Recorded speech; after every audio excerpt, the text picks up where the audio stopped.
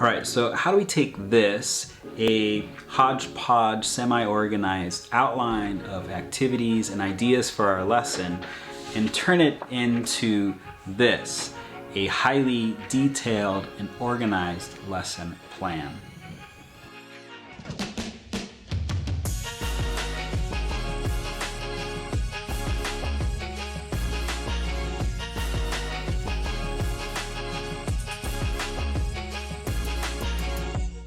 This is a lesson plan template.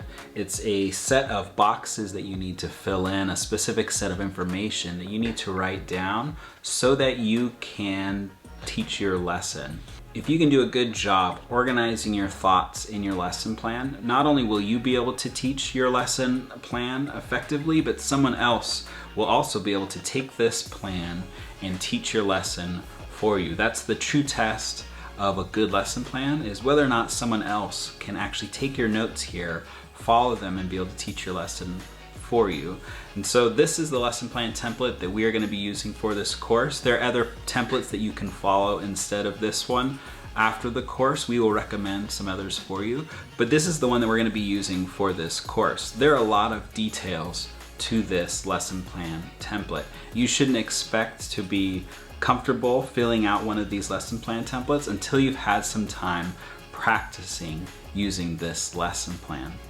This topic is something that is caught, not taught, right? I can spend a lot of time teaching you how to use this, but you will not automatically become an expert in the area of filling out lesson plan templates until you've had some time practicing filling out one of these templates.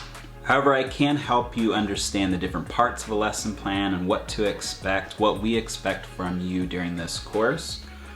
So pay close attention to the details we are going to give you. Practice this lesson planning process, one section of your lesson plan at a time. As you start creating lesson plans for this course, be really intentional with practicing this process. Come back and revisit these videos over time to give yourself a refresher. We are going to be breaking down this beast of a document, one section at a time. And the more lesson plans that you create, the more comfortable you are going to be with this entire process. Creating high-quality lesson plans is easily one of the most difficult and technical things you will learn how to do in this course. So I want to encourage you not to give up on this topic, but to keep pushing in, to keep revisiting the things that we're going to cover in this lesson, and to listen carefully to any feedback you get from any of your peers or any of your staff, because this becomes the foundation for everything else we learn.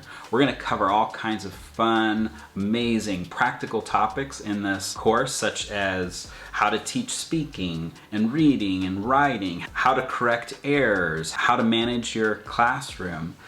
All of those ideas, though, get implemented and recorded in a lesson plan.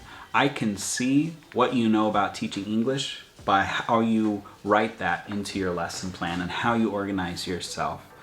There are a lot of details and a lot of information that we need to get through in order for you to be able to start filling out one of these lesson plans. And it's going to take time for you to practice this process before you're really comfortable doing it. But I don't want you to give up hope. I want you to keep pushing in, and be sure to ask any questions that you need to ask in order to do this process effectively.